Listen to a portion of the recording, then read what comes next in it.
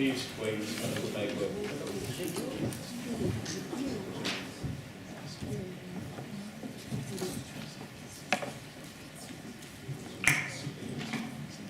Thank you, Chairman. Thank you, dear MEP, for the invitation. Ladies and gentlemen, good morning. I'm here on behalf of the ARC 2020, which is the Agricultural and Rural Convention.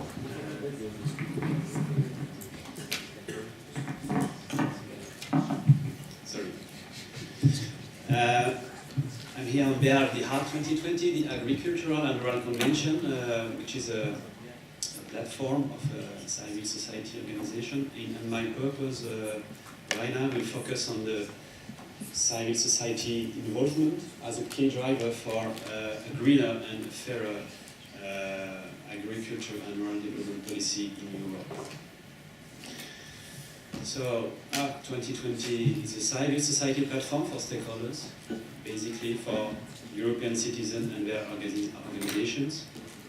And in 2009, we set up an innovative and transparent process to develop a strong and a joint message towards the European Union institutions regarding the CAP reform towards 2020.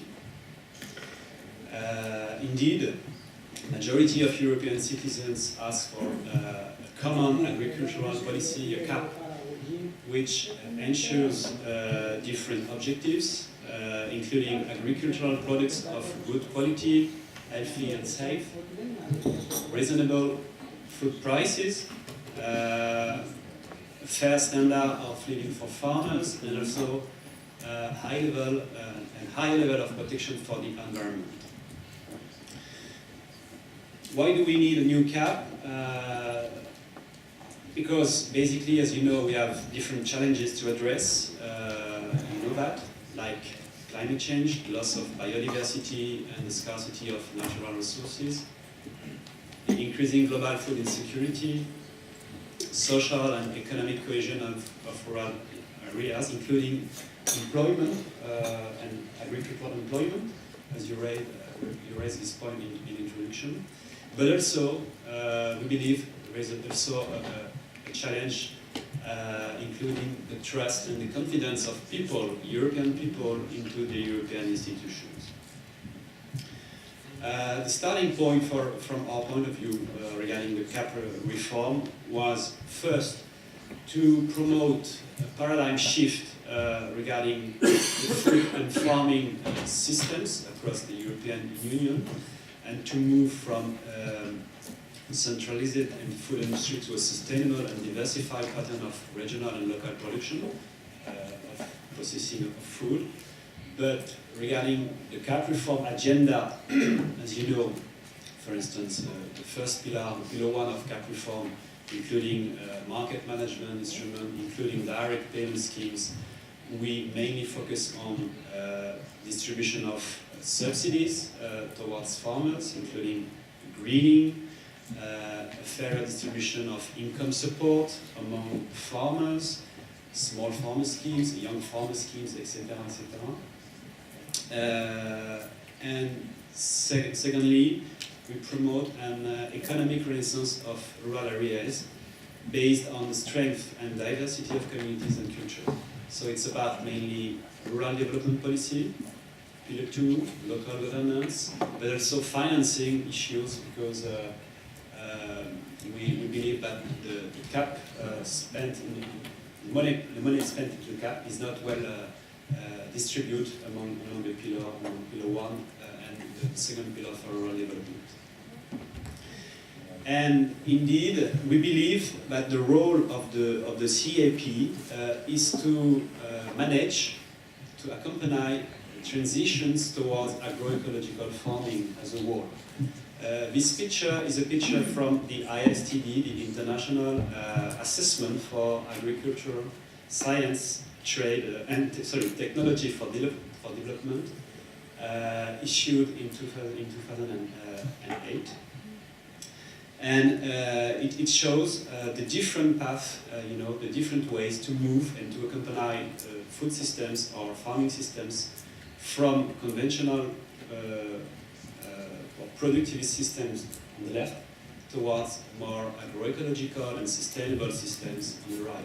And we believe that the role of the CAP is to accompany this move on the short and the middle term, and notably accompany farmers and farmers' organizations at this level. From 2009 and 2010, ARC 2020 has complemented the debate and the consultation launched by Commissioner Chrysogelos regarding the CAP in the future. And the aim of ARC 2020 was to continue this kind of debate with civil society organizations beyond the official period of the consultation. So ARC 2020 has used the joint bargaining of civil society organizations across Europe to develop and to support its position towards the European Union and the Parliament.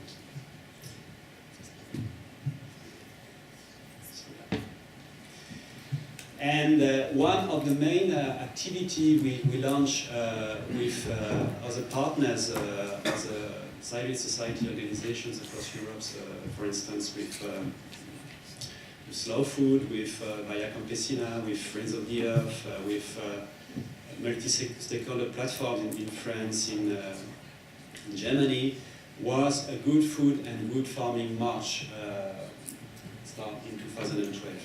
The idea was simple, is to invite people, to invite citizens to take a piece of paper, to write a message, to take a photo and to send us this kind of message and photos, and to resend them all the messages to the European Union's institutions.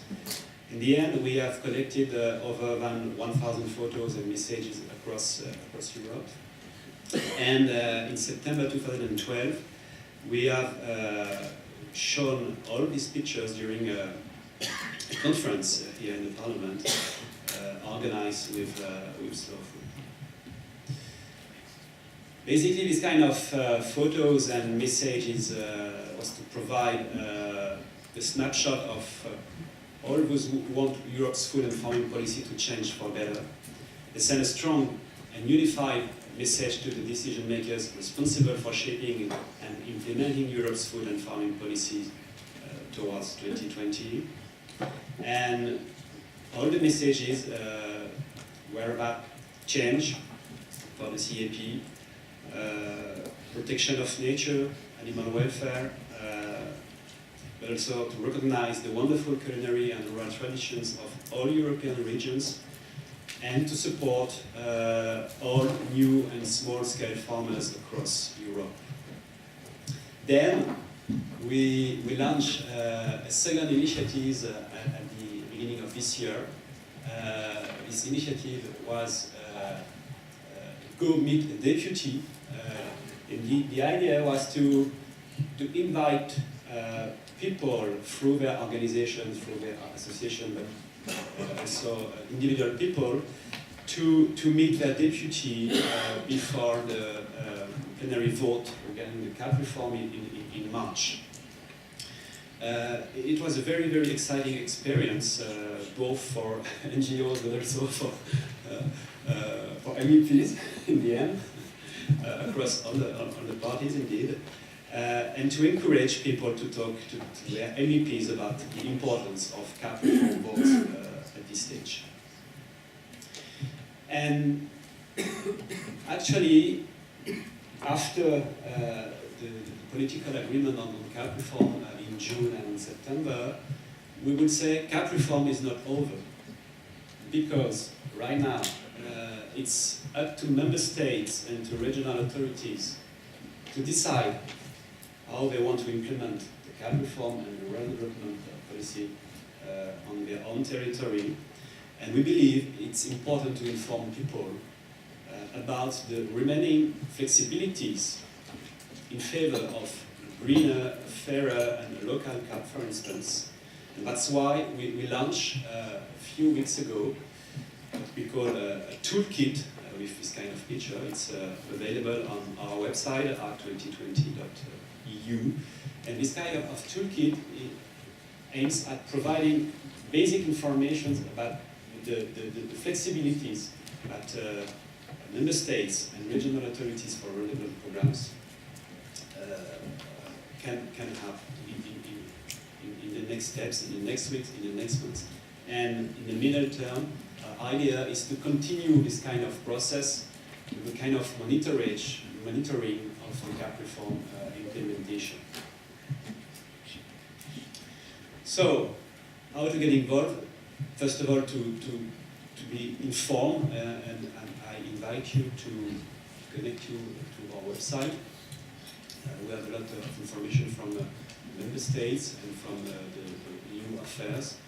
And I will invite you to pick up this kind of newspaper, this large newspaper you can have just in your room, to have an idea of the kind of message that EU citizens have sent to the EU institution regarding this CAP reform.